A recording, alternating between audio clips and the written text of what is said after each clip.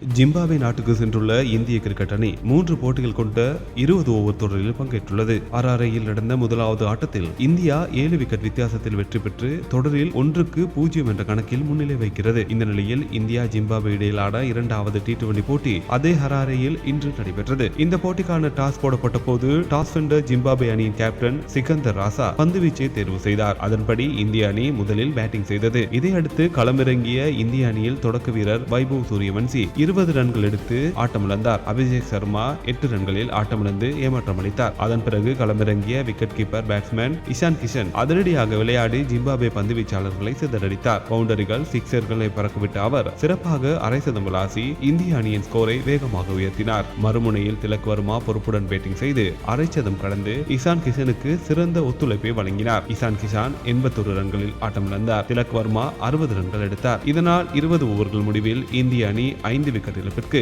219 ரன்கள் எடுத்தது. 220 ரன்கள் என்ற கடின இலக்குடன் களமிறங்கிய ஜிம்பாப்வே அணிக்கு தொடக்கம் முதலே இந்திய பந்துவீச்சாளர்கள் நெருக்கடி கொடுத்தனர். ஜிம்பாப்வே அணியால் இந்திய பந்துவீச்சை சமாளிக்க முடியவில்லை. அந்த அணி 17.5 ஓவர்களில் 129 ரன்களுக்கு ஆட்டமிழந்தது. இதனால் இந்திய அணி 90 ரன்கள் வித்தியாசத்தில் வெற்றி பெற்றது. இந்திய அணியில் அபிஷேக் சர்மா 3 விக்கெட்டுகளை வீழ்த்தினார். இந்த வெற்றியின் மூலம் இந்திய அணி 2-0 என்ற கணக்கில் தொடரை வெற்றி கொண்டுள்ளது.